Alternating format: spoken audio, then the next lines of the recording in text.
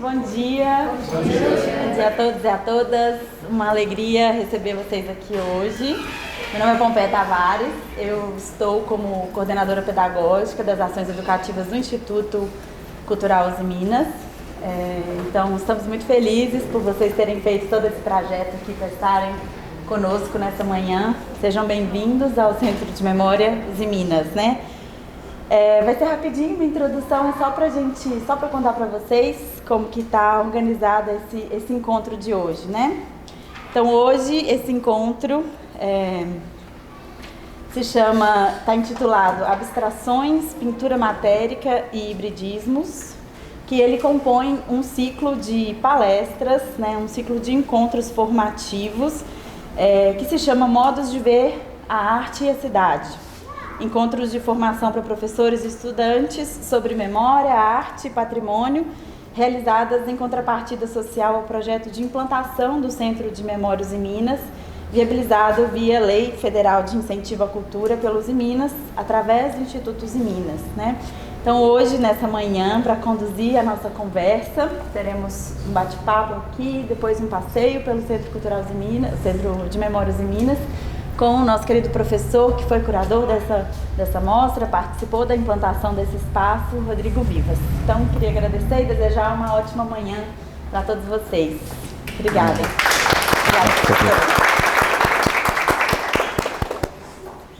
Bom dia. Eu tenho utilizado o microfone, mas hoje a gente não vai utilizar porque eu acho que é suficiente, né?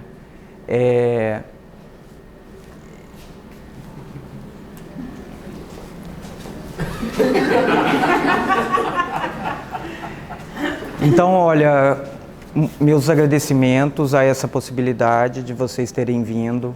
Vocês entendem que essa viagem é uma viagem realmente longa, né? Acordaram muito cedo, agradeço imensamente. Queria destacar algumas coisas, depois eu explico um pouco o que a gente vai conduzir, né? A primeira coisa, eu queria demarcar aqui a presença do Mário Azevedo, um artista magnífico. Daqui a pouco ele começa a me corrigir como falsa modéstia. Eu não sou tanto assim, não sei o quê. Então vamos passar essa parte, vamos pular essa parte.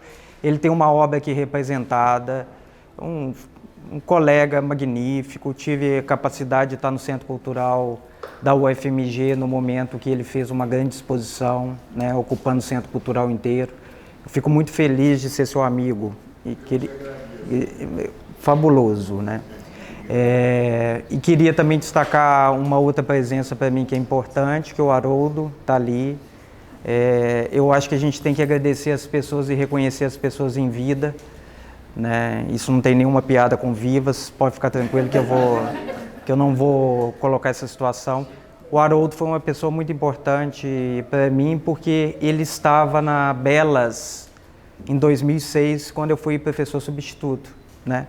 Na verdade, a gente se conheceu antes, eu não tinha nenhuma ligação com a Escola de Belas Artes, nenhuma, vindo da história, e numa conversa que a gente teve no Santa Teresa, eu acho que era só a mesma casa, era a mesma casa.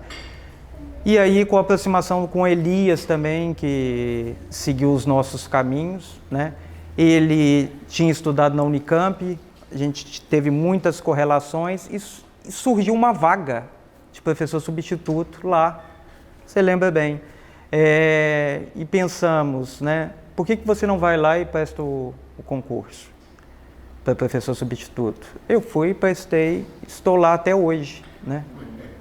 Graças a você, em grande parte, pela ajuda. Queria uma salva de palmas para os dois, por favor, eles são magníficos, né? Então, em linhas gerais, eu queria demonstrar que vai ter um pouco de uma quebra, então eu vou fazer tipo uma apresentação mais geral das discussões que a gente tem feito, porque foi um curso pensado que ele tinha uma sequência, né, e uma organização. Então, para falar a verdade, a gente está com um público novo hoje. Os outros alunos, então, que vieram nas duas outras palestras, eles seguiram um determinado fluxo. Hoje nós vamos fazer uma coisa mais aberta, passar em tudo, pensar essa experiência. ainda mais que nós temos alunos agora mais direcionados tanto às artes visuais propriamente, como a questão da conservação, né? Eu queria, como um esforço de imaginação, que vocês pensassem que esse espaço como um hotel desativado, essa é a ideia geral que eu quero que vocês entendam, né? Um hotel que foi desativado a partir de 2000, ele teve um fluxo super bacana e depois, por um tempo, ele ficou desativado. O projeto surge, então, como uma iniciativa de pensar um pensamento de um centro de memória. Veja só, quando esses projetos chegam, eles não chegam definidos como a gente gostaria, né? A instituição pensa, gostaria de um centro de documentação, essa que foi a história, primeira. Aí a gente vai conversando, discutindo, por que vocês precisam de um centro de documentação? Será que esse é o termo? Vocês estão falando que é um arquivo morto? O que vocês estão falando? Então, a partir dessa questão, com uma equipe enorme, a gente começou a pensar nessa primeira articulação, que seria a articulação de que uma questão que contemplasse a história institucional, né, e pensasse na ideia do acervo artístico. Para falar a verdade, né, essa ideia do acervo artístico, ele ganha força numa exposição que eu fiz aqui em 2019, que era um projeto que eu já tinha há muito tempo. Eu acho que o Mário participou, se eu não me engano, desse na reitoria, um desses, que é justamente pensar acervos que estão em instituições que não têm visibilidade e, a partir desse momento, colocar em diálogos esses acervos, né? Aqui eu trouxe Museu de Arte da Pampulha, a coleção da UFMG e da própria Usiminas. E quando isso se criou corpo, né, se percebeu que essa instituição tinha um super acervo, né, super bacana, mas que cumpria essa função que é mais comum do que a gente imagina, que é decorar salas de diretoria, hall de entrada, né? Olha, essa dinâmica, para falar a verdade, se existe uma definição sobre a função da arte e a utilização da arte no Brasil, é essa, né? Isso é em todas as instituições. Criar uma cultura que as obras não são um instrumento de salas de diretores, isso é muito importante. Não existe nenhum problema numa sala de um diretor ter uma obra, né? Mas, geralmente, o que está em jogo é mais uma estrutura de poder para mostrar que eu tenho uma obra que, propriamente, uma ideia de conservação, visibilidade. E, historiador da arte, principalmente, o que a gente quer é que as obras sejam vistas. Sempre. Esse é o nosso desafio. Sempre que as obras tenham a possibilidade de contemplar uma ideia de uma visita, uma ideia de uma reflexão e, principalmente, a ideia dessa lacuna que a gente tem da história da arte, né? Quando a gente vai falar da história da arte brasileira, a gente acaba citando 10 nomes que são 10 nomes conhecidos, né? E a ideia mesmo é mostrar que tem uma profusão de pessoas trabalhando. Em Minas Gerais tem muita gente bacana e a gente fica sempre nessa ideia assim das 5 figurinhas que a gente conhece e cita. Então, de posse disso, a nossa discussão aqui parte de um primeiro elemento. Esse esforço imaginativo, que isso não... A única coisa que existia, então, depois nós vamos ver as plantas, é a sala que é a sala institucional atualmente, que funcionava praticamente ali como um salão de festas, ok? Então vocês vão ver, mas tudo foi reformado e alterado, né? Depois a gente vai entrar na parte do Grande Hotel, porque também o Grande Hotel foi preservado do ponto de vista inicial, né? Porque tem uma memória do Grande Hotel, que é essa sala. Mas esse fluxo inteiro, a gente teve que dar conta de um projeto que é o mesmo projeto de readequação, porque o prédio é tombado. Aí eu não sei se vocês entendem que essas discussões não são discussões simples, né, de readequação. São discussões, assim, longuíssimas, dificílimas. O que você pode, de fato, alterar e o que você não pode alterar. E a minha reflexão sempre foi é que a gente novamente não construísse, que a gente não encaixasse obra dentro do espaço, né? Que a gente construísse um espaço para as obras. Então, é a primeira chance que eu tive de construir. É lógico que tem limitações orçamentárias, sempre tem, mas é a primeira vez que eu tive a possibilidade de pensar junto com o pessoal da Objeto, né?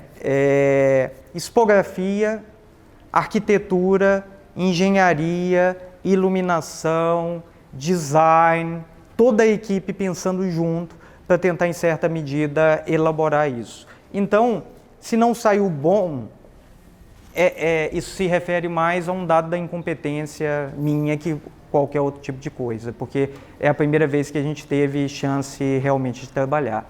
A limitação, naturalmente, era acervo, porque a gente não tinha condições de comprar certas obras para montar uma ideia geral que poderia existir.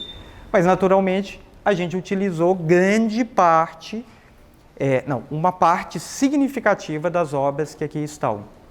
Porque, já que nós estamos numa equipe que a gente está discutindo, a ideia do convencimento que você não vai mostrar uma boneca, um souvenir que algum diretor ganhou, é uma estrutura de convencimento, não é fácil. Vocês não imaginam. Não sei se vocês estão entendendo. Na sala de alguém, a viúva de alguém ganhou uma boneca de alguém, que também é um alguém. E aí, cria-se naturalmente essa questão afetiva de não entender os lugares de cada objeto, né? Esse convencimento vocês não imaginam, não é fácil. Olha, se dentro do campo da arte já não é fácil a gente convencer o que é uma obra de arte, né? Imagina pessoas que conviveram com esses objetos cotidianamente e sempre tem a voz de alguém, né? Ah, mas tal pessoa pediu que... Aí entra outra esfera, que são essas estruturas, né? Vai ter uma sala para cada presidente? Vai ter... Como que vai ser a divisão dos presidentes? E, gente, vocês imaginam que eu sou um professor. Nós estamos falando com uma empresa fenomenal, grande, né? Então, essa estrutura de convencimento, eu achei a Uzi Minas extremamente sensível, né, a essa possibilidade, porque senão aqui não teria obra de arte, isso seria fato. Teria um conjunto de objetos dos mais diversos possíveis, numa representação também meio caricato do que é ser mineiro, sabe? Aquelas coisas que a gente resvala o tempo todo, a gente cai nisso, né? E por último também uma visão muito congelada do que seria o grande hotel. Sabe? Pegar tudo de novo, isso aqui seria o grande hotel como o grande hotel do passado, aquela questão quase do museu de cera, assim, né, que contemplasse novamente todos esses aspectos. Então, de posse dessas dificuldades, esse é um projeto piloto inaugural. Digamos que é lógico que a gente trabalha muito na tentativa e erro e na estrutura de convencimento. O que significa isso? A gente faz e na medida que você faz, você ganha mais uma confiança. Isso acontece com todas as pessoas, né? Então a gente conseguiu agora lançar o livro comemorativo, foi lançado primeiro internamente, o livro dos 60 anos, que vai contemplar o catálogo que já está pronto, que vai ser distribuição gratuita e também vai estar disponível online. Então isso que está aqui, agora vai ser contemplado também numa estrutura muito bacana, né? Em termos de expectativa também é uma coisa magnífica, né? A gente nunca imaginaria que um educativo trabalharia tanto assim, porque... Ah, sim, pois não. Porque a gente imagina, eu acho que pode também, não sei, vocês vão ter cuidado, hein? Eu acho que eu tenho mais um que pode... Mas com cuidado. Então a gente nunca imaginou que o educativo seria tão fascinante assim. É uma crítica também que a gente faz, que os educativos geralmente são contratados como jobs, sabe, essas coisas assim. Tem uma exposição lá aberta sobre Mário Azevedo. Quem vai trabalhar aqui durante 3 semanas, estou supondo? Aí tem uma formação rápida. Isso acontece no CCBB, acontece nas grandes instituições. Então, geralmente, não existe um educativo específico para a instituição. A ausência de um educativo específico para a instituição faz com que o educativo seja quase um reprodutor. Sabe, visita guiada tradicional? Né? Guiada. A gente nem usa esse termo, mas eu prefiro mantê-la para vocês entenderem que muitas vezes a visita se transforma numa visita guiada. Aqui é uma visita mediada, porque o grupo conseguiu produzir uma coisa muito bacana de experimentar, de problematizar, de trazer questões, de aprender, de produzir conhecimento em cima disso. Então isso está sendo bem bacana. Então, a proposta fundamental é que a gente, a partir dessa pequena introdução, a gente comece a circular para dar trabalho para quem está captando fotografia, vídeo, né, o pessoal intérprete de Libras, que a vida deles está muito fácil ali. Então agora a gente anda para dar trabalho para eles, porque eu quero mostrar a instalação do espaço, os problemas enfrentados, quais foram as alternativas e assim por diante. Como essa é uma turma específica, as outras eu tenho mostrado slide antes, né? Mas para a turma de vocês, seria contrária a toda a minha metodologia, né? Que obra a gente aprende vendo. Qual o sentido de eu projetar uma obra que está aqui? Né? É absurdo. Como a outra turma era um pouco maior e eles eram de jornalismo, sabe?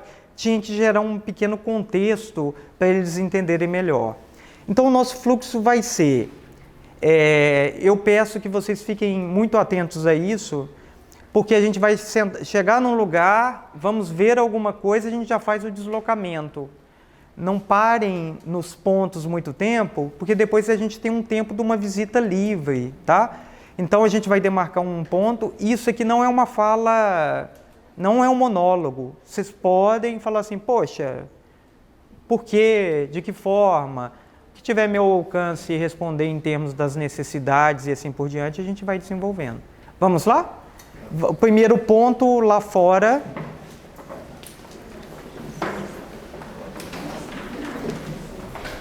Pode ir chegando, pode ir chegando. Nossa, a ideia de entrar com o trem seria muito contemporâneo, seria um choque. Você imagina assim, seria dar uma atualizada total, né? E não quebraria o movimento com a tradição, seria uma ideia de estímulo, né? Ok, vamos lá. Olha, o que é a ideia então? A ideia é o seguinte, me tirava o sono de fazer uma coisa institucional com retratos de presidentes, aquela coisa engessada, chata, né? Eu ficava pensando assim, aqueles museus históricos que a gente chega e fala assim, putz, né? Que vontade de fazer qualquer outro tipo de coisa, né? Então, como construir uma ideia que essa ideia contemplasse ao mesmo tempo uma discussão da Uzi Minas, mas colocasse uma discussão mais geral, né? E aí o projeto contemplou uma ideia que se chama Big History, né? Que ela sempre está associado, ao invés de pensar a história de forma linear, a gente pensa a história em longa duração. E ao invés de a gente pensar assim, tal evento aconteceu de tal forma, assim, assado. A Big History trabalha com grandes eixos assim, interpretativos, né? E depois eu pensando, estudando, o que perpassa toda a história brasileira é a questão da industrialização. Não estou falando que isso é bom, não. Mas assim, é fato. 1532, a primeira vez que tem uma alternativa no Brasil, já vem um ferreiro para fazer as transformações das enxadas, das armas e assim por diante. Então eu não queria contar a história da Uzi Minas. A industrialização em memória demonstra como que esse fluxo está associado numa linha que perpassa a nossa história até hoje. Hoje nós pensamos muito mais na questão da retirada do minério, da transformação, que propriamente na cultura. Isso está óbvio, né? Nós temos uma questão muito associada ainda a esse trânsito. E aqui como que foi contemplado? Por um lado tem um pouco da história ali da Uzi Minas, como ela se constitui, a partir de uma estrutura fragmentária, tá? Que é um banco de imagens, e aqui são os fatos definidores da Uzi Minas. Quem selecionou esses pontos? A própria Uzi Minas. Não foi fácil chegar em fotos que seriam definidoras. O que eu pedi então? Que não fosse também linear, né? Que ela se constituísse de uma forma em diálogo. Só ali a gente tem a legenda, né?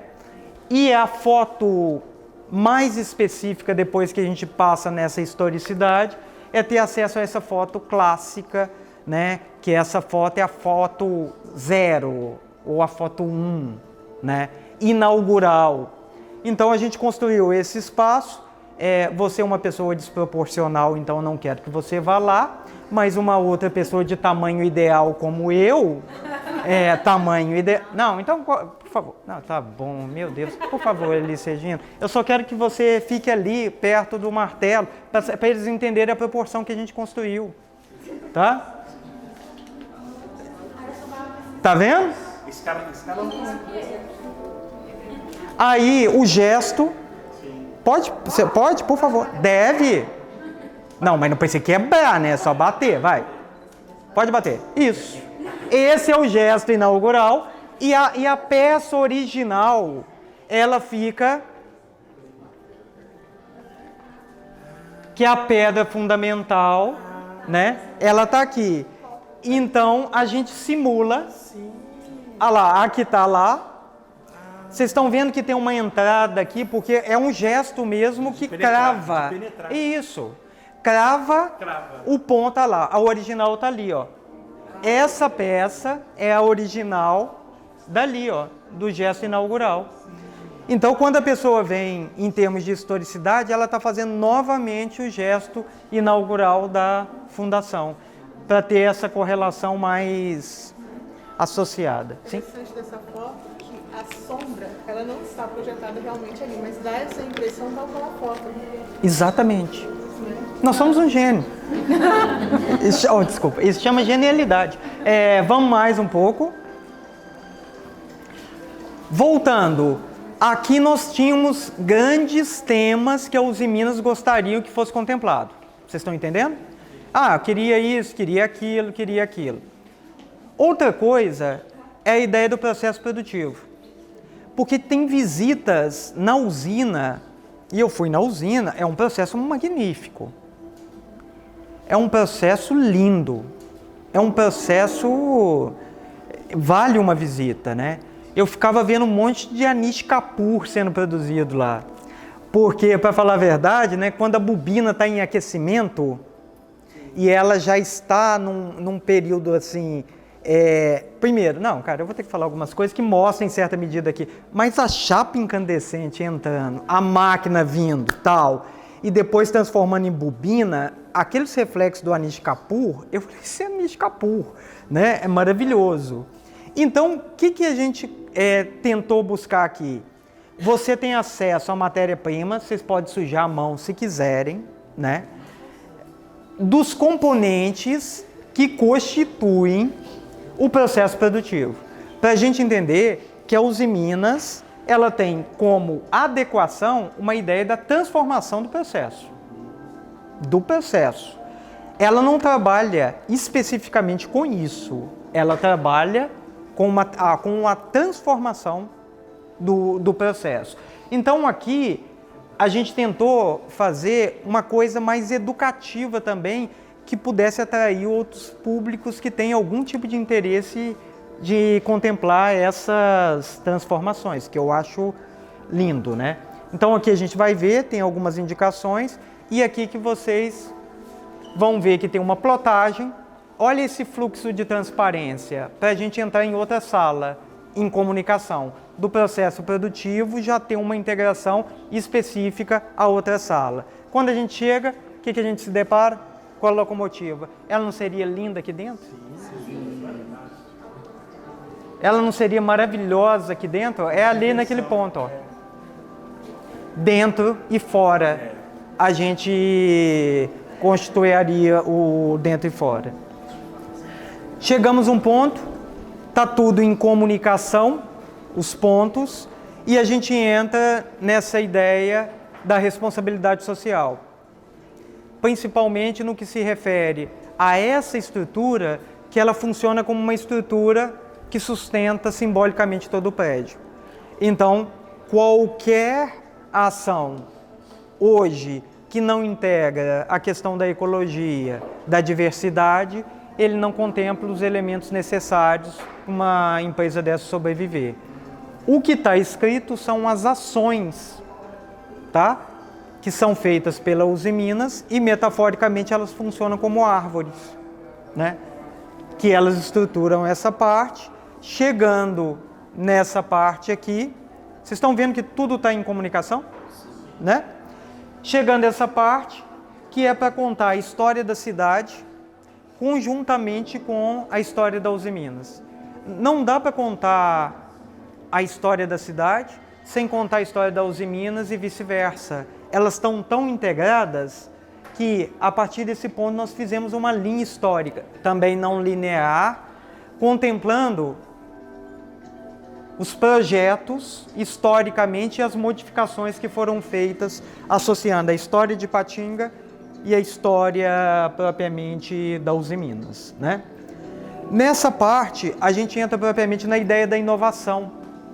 A estrutura de espelho que vai reproduzindo todo o ambiente e, para falar a verdade, né, são os itens que são as palavras norteadoras da Usiminas: sustentabilidade, versatilidade, que é fornecido por eles, né? E aqui tem a estruturação das aplicações.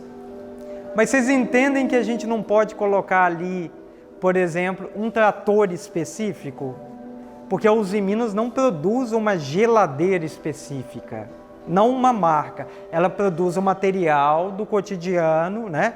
E são móveis, para que a gente ampliasse a ideia do espaço também, para garantir esse fluxo que todos os espaços se comunicam, né, ao mesmo tempo. Esse projeto que nós temos a nossa... Não, aí vem cá, ué. A nossa pessoa mais legal aqui. Mais legal. Olha,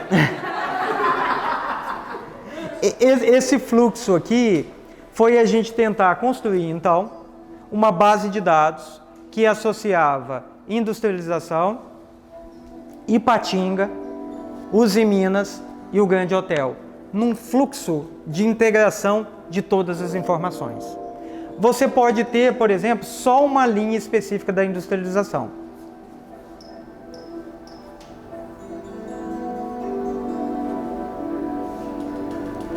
Com todos os itens nesse fluxo que você clica em cada informação específica. Vocês estão entendendo o que a gente construiu em termos de conhecimento, assim? Então, um item da industrialização que pega um item da cidade, que pega um item da história de Ipatinga, que pega um item do nosso acervo artístico. Tudo integrado, olha lá, com todas as fontes de jornal. Então, o que significa? Virou uma base de dados, que ao invés da pessoa consultar manualmente, fisicamente, ela tem a capacidade, então, de ter essas informações nesses fluxos. Então, todas as informações são disponibilizadas na medida em que ela interage com a outra. Qual que era o projeto também, né? O projeto também era ter a capacidade de chegar ao ponto que isso fosse mundial. Infelizmente, a ideia de uma base de cultura também. A primeira imagem sobre industrialização no mundo na Biblioteca Nacional Francesa. Eles acharam um pouco grande, mas o projeto está pronto. Então, você pegava as primeiras fontes da Brasiliana, associava a primeira imagem da industrialização com a Biblioteca Nacional Francesa, com a... Então, veja só, a ideia desse projeto, então, é uma ideia da constelação e não da linearidade. É lógico que o princípio histórico não tem informação histórica errada. Você não pode acreditar que o Brasil foi descoberto em 1800. Seria um absurdo. Mas as integrações vão sendo criadas como base de dados para contemplar todos os aspectos. Muito obrigado pela demonstração, né? E aqui um outro debate nesse fluxo que a gente entra é a estrutura de convencimento, que não poderia ser uma sala de presidentes, né? Uma sala, porque isso aqui seria só sala de presidente, né? Se você pensasse, se fosse representar todos os presidentes, né? E aí a gente entra numas discussões difíceis, né? Porque muitas vezes uma memória associada ao presidente, ela não contempla a diversidade dos trabalhadores. Então essa foi a ideia que foi substituída então pela essa sala que a gente chama de Nossa Gente.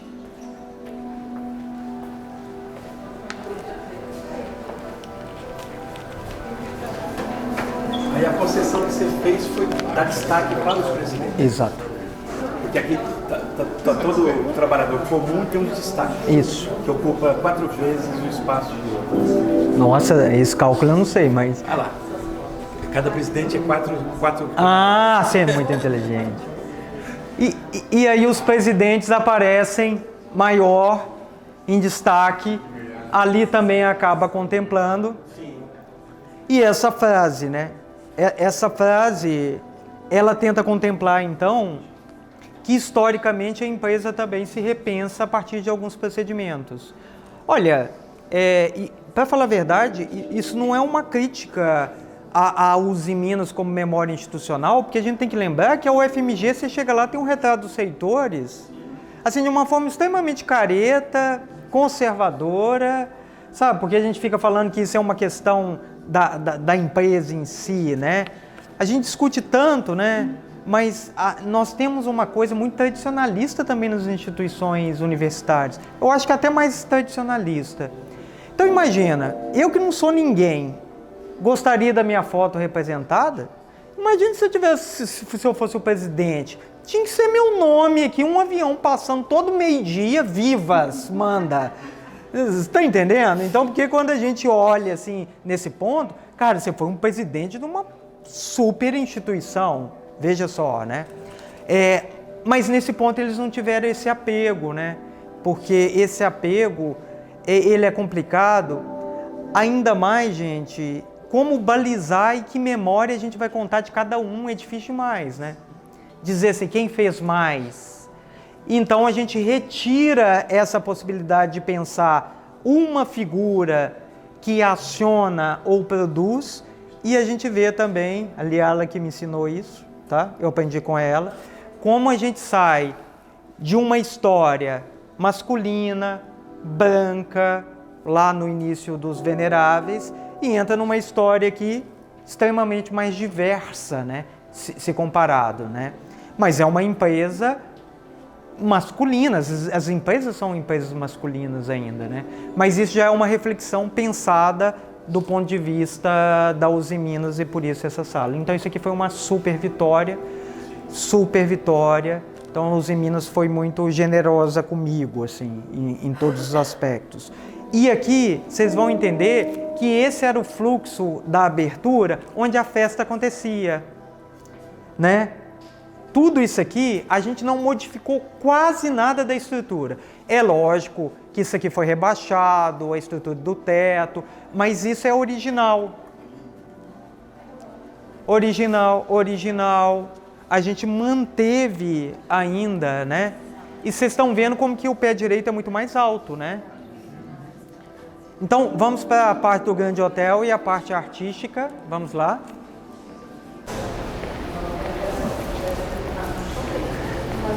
Essa é diferente da que está lá no corredor? Não, é a mesma. É a mesma. Que a gente tem que uma corredor? história ali. Eu mostrei um pedacinho do administrativo para ele. Você está podendo, nem eu posso ver administrativo. Mentira. Vamos chegando. Vamos vir mais. Vamos vir. Olha só, nós estamos lidando aqui com a questão da quantidade de obras que a gente tem, a estrutura de não fazer uma questão com as gavetinhas, mas ao mesmo tempo ter uma consciência plena do que trata cada espaço. Então eu quero mostrar quais foram as alternativas, né, de pensamento aqui e como a pessoa se localiza nesse fluxo. Essa que foi a ideia. Uma das ideias do fluxo... Ah, artista metendo a mão.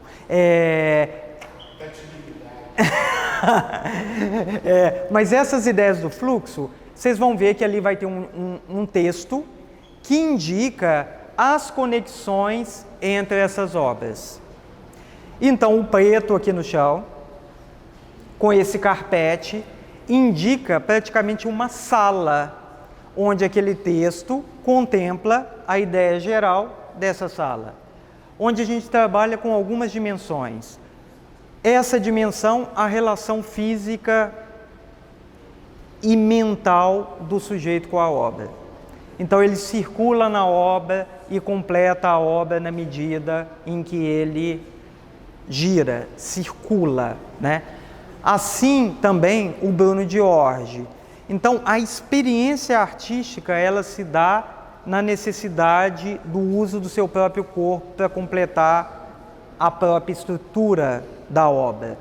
E aqui, essa parte é uma parte interessantíssima, que a gente tem obras que foram apresentadas em outros contextos, de outras formas e por vezes tem tamanhos diferentes. O Anjo do Sesquiate, na Catedral de Brasília, pendurado. Só que a gente o vê numa distância, numa altura que a gente não o contempla, só se tirar uma fotografia. Mas vocês estão vendo que a gente fez uma conexão da Catedral de Brasília nos gestos atrás? Porque a gente faz a citação, mas mesmo assim você pode chegar bem perto dela e ver como que ela foi feita. Problema de instalação. Isso aqui, esse cabo de aço foi lá ó, para ser preso. Porque isso aqui não, isso aqui é gesso. E para esse anjo estar pousando no cabo de aço? Vocês estão entendendo que ele está vindo e pousando nessa posição? E o cabo de aço a gente não consegue organizar ele como se fosse algo móvel, né? Porque a estrutura estava pegada lá no alto, né? A gente não tinha. Então, foi uma dificuldade plena. Essa obra, Praça dos Poderes, em Brasília, ela tem 6 metros de altura. O que a gente faz? Uma construção da imagem e sua projeção atrás do tamanho original, ou próximo do original. José Bento, geralmente apresentado em nichos extremamente condensados, 80, 90 obras juntos. Aqui a gente valoriza cada obra especificamente. E a valorização também dos reflexos. O anjo é projetado ao infinito. Benjamin, nesse casulo, ele era sempre apresentado numa forma pregada na parede, mas perdia essa capacidade desse fluxo, né, de projeção da imagem e da sombra. Então, praticamente ele flutua dentro do espaço. Essa era a ideia. Geralmente era muito grosseiro as relações entre essas conexões. Aqui já é outra sala, então se vocês puderem vir para cá, aqui são as obras que ainda mantêm uma ideia da narrativa ou religiosa ou afrodescendente, né? E que tem esses dispositivos. Tem Jorge dos Anjos, mineiro, assim, tem uma produção super bacana, junto com os totens que ele trabalha, né? Leda Gontijo, que faz esse totem que está associado a uma ideia cristã, mas não é uma ideia cristã do ponto de vista tradicional. Ela esculpe, depois vocês vão ver. Maurino Araújo, magnífico.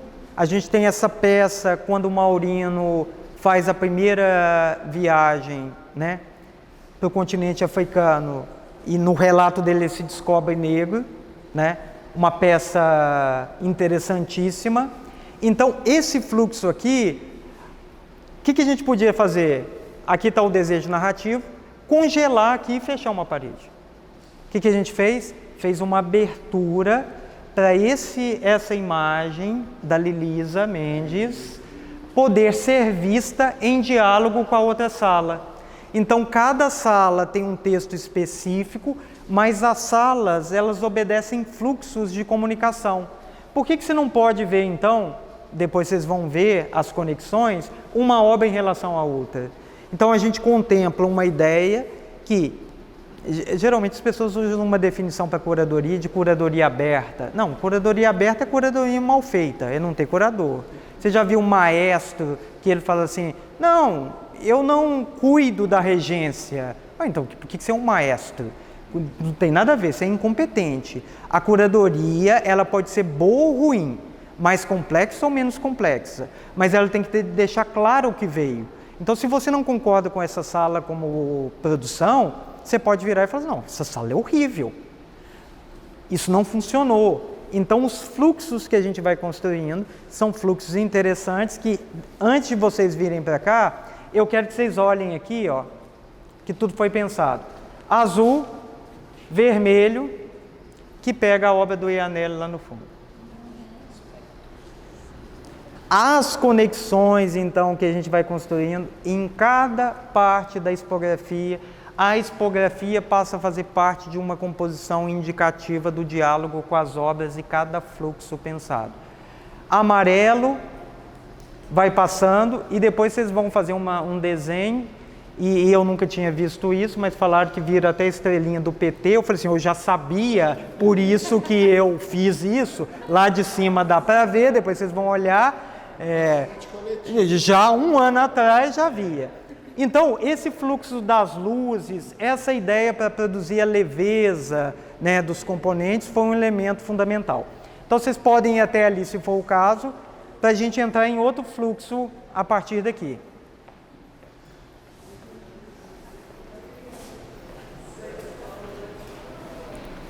Ok. Você está trabalhando mais hoje. Não. Cadê seu amigo? Ah, tá bom, tá bom. Ah, tá bom. Então depois vocês vão ter tempo para olhar todas as obras, só não pode tocar, só eu que posso. Você conhece que é a Lilisa lá da escola? É, vocês sabem que é a Lilisa Mendes lá da escola, né? A Lilisa? É. E ela também quer doar umas obras dessa série. Com ela. É lindo. Pode tocar, gente, mas assim, que ninguém filme a gente tocando.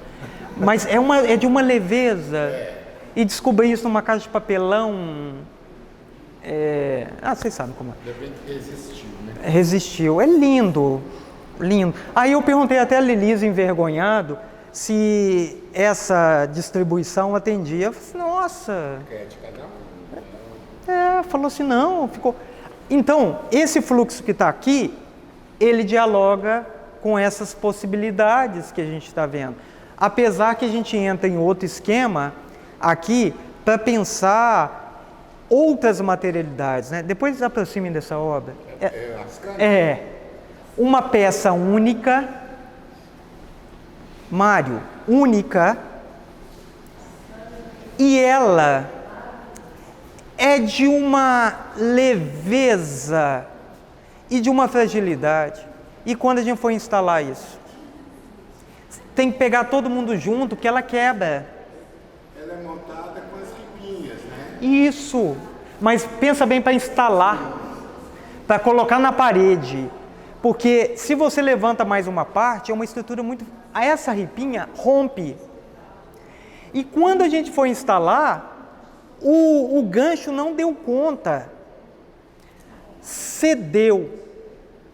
Todo mundo aqui, aí o que foi? Num feriado, chamou um cara, o cara fez a estrutura, mas todo mundo tem que trabalhar junto, porque se tivesse um guindaste, daqueles que eu imagino, não, mas se todo mundo não trabalhar junto, porque, vem cá, como você vai colocar ela assim na parede, ó? Alguém tem que estar atrás, você não cabe.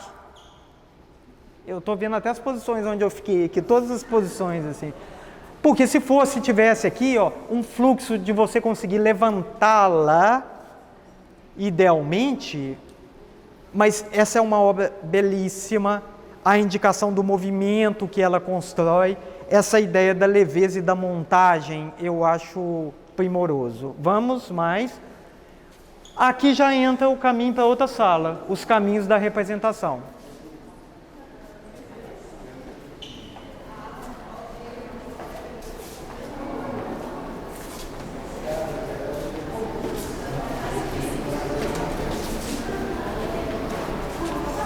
Gente, vocês estão muito ficando atrasados? Não? Ah, tá. Ó, cheguem mais.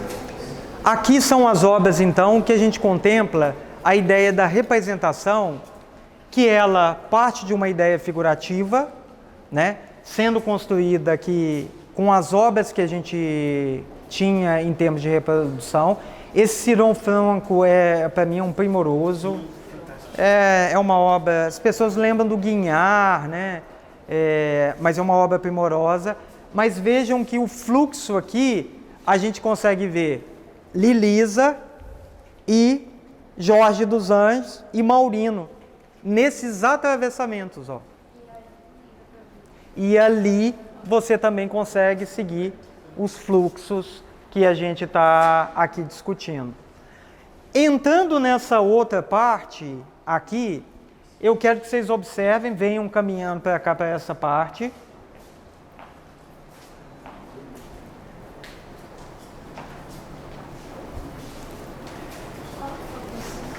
Todas essas imagens estão associadas à ideia mesmo da representação. Tem esses Farnese, que a gente conhece pouco Farnese como esse, né? E vocês vão ver as correlações aqui da representação da indústria, que tinha duas obras que a gente conseguiu associar essas duas obras como fluxo, né? E aí, algumas questões aqui, olha. Esse vermelho, com o Nelo Nuno aqui, que pega outro Nelo Nuno lá, ó, em diálogo para a continuidade, e esse vermelho nos leva de novo ao Iannelli. Vocês estão vendo?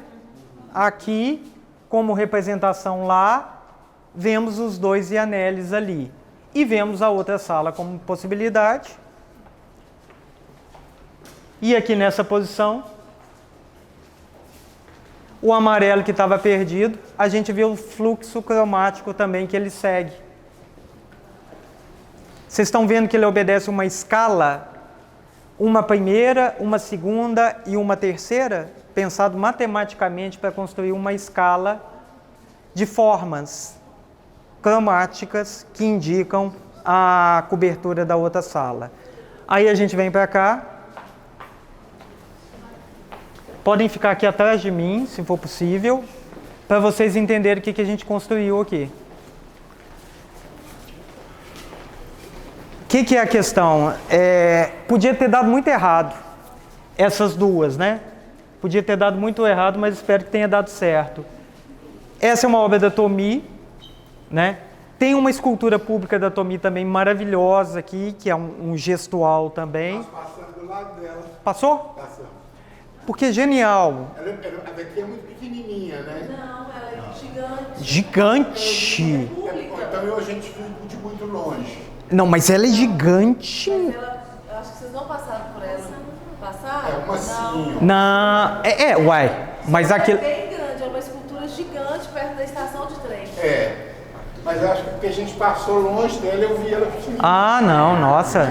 Não, ela é meio monumental. Bem grande. Do lado esquerdo. É bem grande. Eu não sei qual o tamanho, mas... Sim, talvez vocês vieram assim, entraram pelo Mas aqui o que é? Esse gestual me incomodava, essa questão de fechar esse gestual. Então, essa parede construída dessa forma, esse gestual leva ao infinito. Ela continua o gesto na parede que a gente construiu, em integração entre Tomy, Amilcar e Iannellis. Vocês estão vendo ainda que a gente mantém aqui de novo o Nelo Nuno como proposição?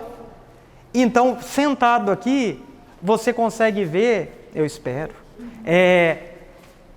aqui e lá, entrando para o Lucchese, que já chama atenção para outra sala, como fluxo. Então, mantivemos o preto aqui também, para que esse gesto levasse ao infinito, esse gesto levasse ao infinito, e as duas fossem capazes de dialogar com esses dois Iannellis que estão aí, que são, para mim, são fenomenais, que nos leva a outra sala. Eu posso seguir por aqui também? Pode, porque aqui já tem outro texto que a gente poderia até seguir para esse, para já contemplar a obra do Mário, para a gente poder falar mal da obra dele. Então, esse fluxo aqui, então, ó. Vocês estão entendendo? Eu quero que vocês atentem muito à ideia de uma curadoria. Os textos são indicativos de uma prática. Os textos são indicativos de uma informação que não seja aquelas informações que a gente vê em curadoria. Segundo Derrida, os fluxos rizomáticos do não ser enquanto é, do tempo e não tempo, que eu critico muito em sala, é isso. A gente não pode fazer curadoria para intelectual que lê Derrida. A curadoria... O lugar dessas informações é muito mais do que desculpa. Sim, lógico. Eu acho que é muito mais o catálogo das publicações do que a exposição. Perfeito. As obras dizem muita coisa também, você não precisa ficar discursando sobre elas. Exato. Isso é uma espécie de desprezo com o visitante, exato, com o espectador, né? Como se ele não fosse sentir nada quando ele vê as coisas. Ele também sente, né? Não, e o texto também gera distância, porque se eu ficar citando Derrida, se eu não sei quem é Derrida, eu falo assim, pô, que exposição é essa? Então os textos são mais indicativos, isso, muito gerais, para você viver essas experiências. E eu prefiro até que a pessoa chegue e comece a entender, a partir do fluxo do seu próprio corpo, como isso está associado a outra coisa, é o que interessa. A gente conseguir valorizar as obras individualmente. Então, se a pessoa quiser sair dali, fazer esse fluxo e selecionar uma obra, tá lindo, né? Mas a gente tem que pensar uma dinâmica do educativo, né, para não ficar muito livre do ponto de vista, que a gente tem um compromisso também para tudo não ser a mesma coisa, né? Então, passando por aqui... Deixa eu falar uma outra coisa. Sim, lógico. Aqui é o lugar mais oriental da exposição também, né? Se você pensar que o Amilcar é um sujeito que sempre valorizou a coisa do gesto instantâneo, que a gente aprendeu com os orientais, né? São as duas obras mais amigas, umas das outras, que eu vi até agora. Né? E a gente também tem uma obra pública aqui na cidade do Amilcar. Aí. No centro da cidade, gigantesca, e que a gente fala que é um origami, porque o Amilcar ele esquenta e dobra, como um origami faz, né? Então, a gente também tem. E tem bons autores que associam a caligrafia dele com os caligramas.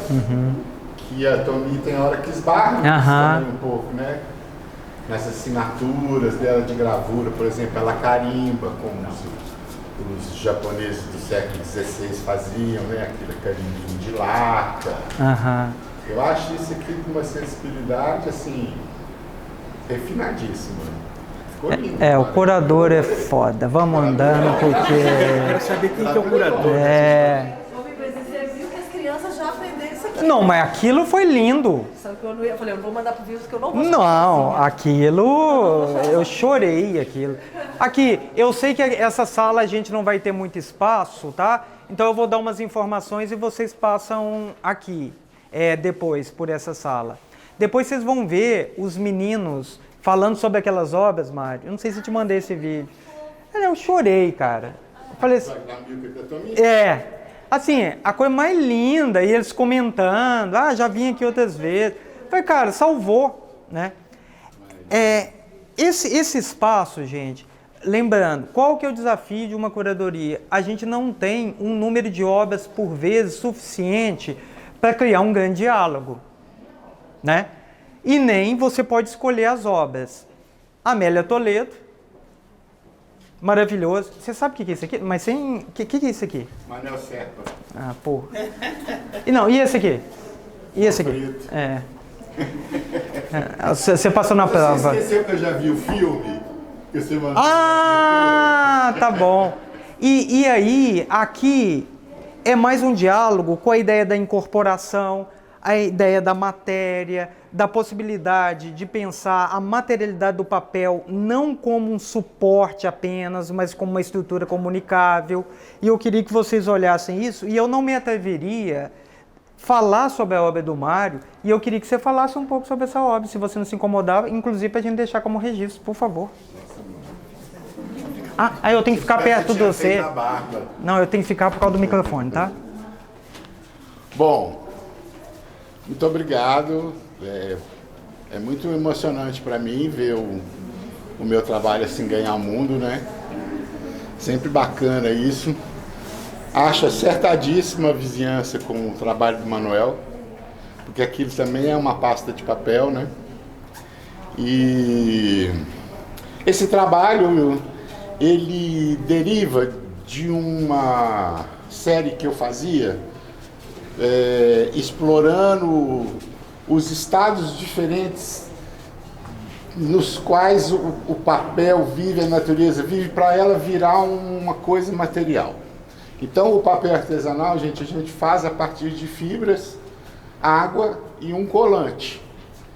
E essa massa é depositada sobre uma superfície onde a água pode chorar e ir embora e evaporar ao mesmo tempo para esse papel se formar. Como eles não são prensados, que tem engraçado a ver com a história da fabricação do aço, ele fica poroso, como se fosse uma espécie de isopor ou um chocolate soufflé. Eu gosto muito de pensar nisso. Ela é toda cheia de ar. Esse papel, por exemplo, se a gente fizer uma pressão grande sobre ele, ele fica marcado, principalmente quando ele está molhado, né? Então eu vinha de uma série de papéis maiores, onde eu estava explorando a inscrição da mão na superfície do trabalho. E quando sobrava um pequeno número, um pouquinho de polpa, eu fazia esses papéis menorzinhos. E eu comecei tentando talvez ser fiel à minha origem de desenhista, assim. Na hora que eu fazia essa marca da minha mão, eu ia suficientemente forte para o meu dedo vazar a matéria e o desenho acontecer, né? O meu trabalho, de forma geral, assim, ele tenta, Rodrigo sabe disso, casar as ideias da pintura e do desenho. Eu não acho que isso é separado na minha cabeça, tudo junto. Então foi mais ou menos isso. É uma série de uns talvez 25, 30 trabalhos, sempre assim, com a polpa pura, colorida. Ela foi colorida na banheira, né? E o que você usou aqui para o pigmento aqui, hein? Joyce, quem sabe? Esses papéis, essa série de papéis, eu fiz na oficina da professora Joyce Saturnino, lá da escola, em Jabuticatubas.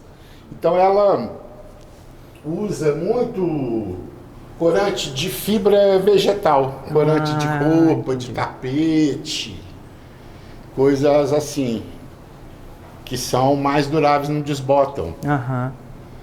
E é isso. Então, essa é uma dessas unidades assim que eu usava também nos papéis grandes, mas só mais superficialmente. Esses aí não, foi me dando uma raiva assim do limite. Eu falei, eu vou vazar, vamos ver o que vai acontecer. Tá? Parece que foi cortado cirurgicamente. Não, é no dedo. Fui passando o dedo até ele fender. Inclusive eu chamo de fenda. Aqui, ó, esse é meu dedo. Caraca. Aí ficam os cabelinhos lá da fibra e tal. Fantástico, fantástico, querido. Obrigado você por existir. Senão o meu trabalho não existiria. Vamos à última sala, depois a gente volta, depois a gente tira mais dúvidas com o Mário, né? Ok. Entrando nessa sala que vocês poderiam também passar por aqui, né?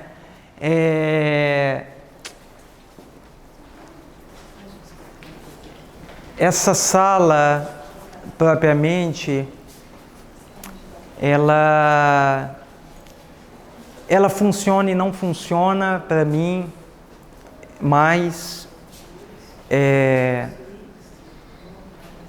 porque a gente não sei, isso é uma opinião, a gente trabalha muito em equipe, né?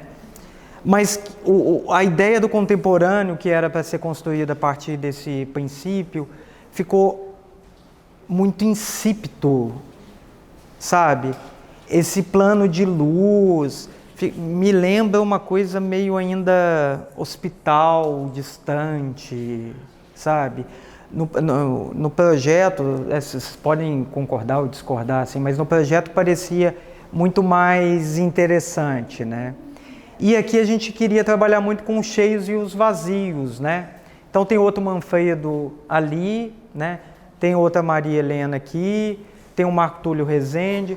O Marco Túlio Rezende também, o pé direito tinha que ser muito maior para comportar essa estrutura. Vocês estão vendo, Madeira, né? Madeira sólida, né? Vai lá. Vai lá. Não é possível. Por que você não achou que podia ser metal? Achei que podia ser uma tela mesmo, sabe? Ah, sei. Madeira. Sim, é. Eu caí na ideia do metal pintado, sabe? Mas aí depois eu sabia que era madeira. Sabia porque eu trabalhei com ela. Mas na minha percepção, não é. Aí esse pé direito poderia ser mais generoso, assim, colocada na escala, porque a gente recebe um projeto arquitetônico, né? Na escala, não acho tão bacana ter comportado. E aqui virou um fluxo meio de difícil acesso, né? Não é a questão da acessibilidade que isso foi pensado, mas eu pensaria em fazer uma readequação desse espaço para ele ser... Era para ser o espaço mais livre, ele ficou um espaço não convidativo, assim, sabe? Não funciona, né? Na minha cabeça. Depois eu posso falar umas coisas que não funcionaram para mim, porque eu também não tenho nenhum problema em relação a isso, né? De falar assim, olha, eu acho que eu poderia ter feito melhor e assim por diante. Para falar a verdade, a minha autocrítica é lá no inferno. Então aqui eu penso... não pode falar inferno aí não. Então, nesse espaço tem obras muito boas, muito delicadas, mas dá para a gente repensar, né? Até algumas articulações de uma certa memória, né? Aqueles pranchões eu já expus de forma diferente. Já expus assim, como pensamento, e eu quero que vocês vejam como que a luz está sendo aplicada, porque ele constrói uma ideia do movimento a partir da ideia da transição, né? E, Mário, eu sei que estou fazendo muito quiz. O que é aquilo ali? É lata, é latão, né? É lata. Não, tem outra coisa. É latão, mas de que é? Melhor pergunta. Não é só lata. Não, isso aqui é Eu já tive uma ateliê junto com o Benjamin, então eu conheço um pouco. Pô, mas aí me ferra, né? Mas isso aqui não é de refrigeração? Eles falaram que isso é aquele material de refrigeração, de refrigerador. Sucata, né? Pode ser. É nesse ponto. Pode ser. Mas ele usava muitos ácidos corrosivos, né? Para marcar essas latas também. Aham. E são fitinhas. Eu achei que ele tem um parentesco com o Ascânio lá no começo. Também acho. Se você pensar, ó, perfeito. né, que é o pensamento de modulação, assim, que tinha nos meus dobrados, nos meus cortados também um pouco. Perfeito. Mas você viu o outro Benjamin que a gente coloca lá do outro lado? Tem um lá. Tem. Dessa família também? É mais próximo. Mais próximo. Então, gente... Mas o meu é o que está lá atrás. Lá atrás, né? Agora, isso aqui também é primoroso. Olha, essa obra, né, que a gente tentou pegar o Roberto Vieira, né, em relação às duas obras cromaticamente, né, que você segue esse fluxo, né. A instalação dessas obras como cerâmica também são dificílimas, né. Super quebráveis, muito fácil quebrar, e a instalação milimétrica de cada um, a gente segue esse fluxo. Então, a partir desse fluxo, a gente vai circulando, podem entrar nessa parte interna, né, que é magnífico.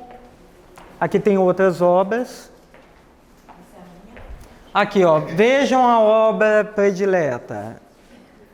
Mas ela é linda. Eu sempre com ela.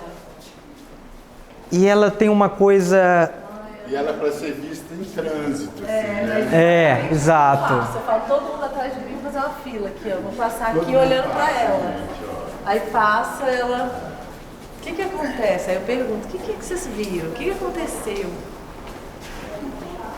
Genial. Legal. Olha, então vamos lá pro hall agora, tá? Porque a gente pode sair para almoçar e voltar um pouco e conversar sobre a produção, tá? Assim, aí para vocês ficarem mais livres.